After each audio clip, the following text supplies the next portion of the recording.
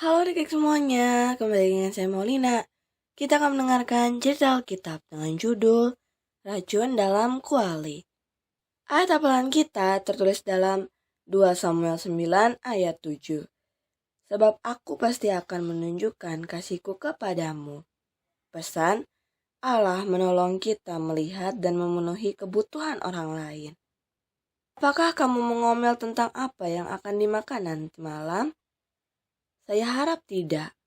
Tetapi menurut saya, jika kamu seorang murid di sekolah yang dikunjungi Elisa, kamu mungkin akan punya satu alasan kuat untuk mengomel tentang masakan yang diberikan.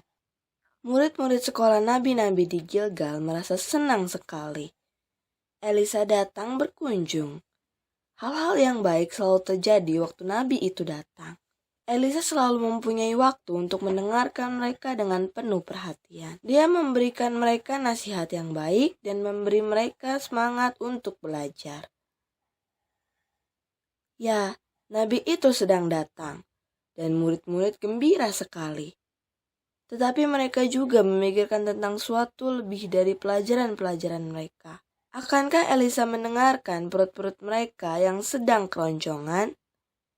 Apa? Perut keroncongan? Ya, ada musim kemarau panjang di tanah itu yang berarti sudah lama tidak ada hujan. Yang berarti hanya sedikit makanan yang tumbuh. Yang berarti perut-perut keroncongan kelaparan. Setiap orang menyapa Elisa dengan gembira. Mudah melihat bahwa murid-murid sangat menanti-nantikan kunjungannya. Elisa tersenyum waktu dia mendengarkan ocehan-ocehan mereka. Tetapi dia juga memperhatikan bahwa murid-murid terlihat kurus dan sedikit pucat. Mereka tidak mempunyai banyak makanan untuk dimakan. Elisa berpikir, dia tahu mereka memerlukan makanan supaya mereka dapat berpikir dengan jelas. Elisa memanggil pelayannya, bawakan sebuah kuali dan buatkan rebusan sayur untuk murid-murid. Pelayannya pergi ke ladang dekat sekolah. Dia menemukan labu liar yang menjalar di sebuah pohon. Dia tidak yakin sayur apa itu, tetapi dia pikir sayur itu enak. Pelayan Elisa merebus air dalam kuali besar. Dia memotong sayuran yang dia temukan tadi lalu memasukkannya ke dalam air yang ia didihkan. Menambahkan sedikit bumbu masak, lalu memasaknya sampai matang. Bau enaknya masakan tercium murid-murid sekolah nabi-nabi. Sekarang perut mereka benar-benar keroncongan. Mereka tidak tahu apa yang pelayan itu telah masukkan ke dalam rebusan sayur tadi. Hanya baunya tercium enak sekali. Mereka cepat-cepat mencuci tangan mereka lalu mengambil mangkuk mereka. Segera mereka berkumpul di sekeliling kuali yang besar itu. Mereka memegang mangkuk mereka dengan tidak sabar menunggu diberikan makanan. Dengan cepat mereka menelan suapan mereka yang pertama. Ada yang salah. Berhenti, mereka berteriak. Makanan ini beracun. Pelayan itu terkejut. Racun?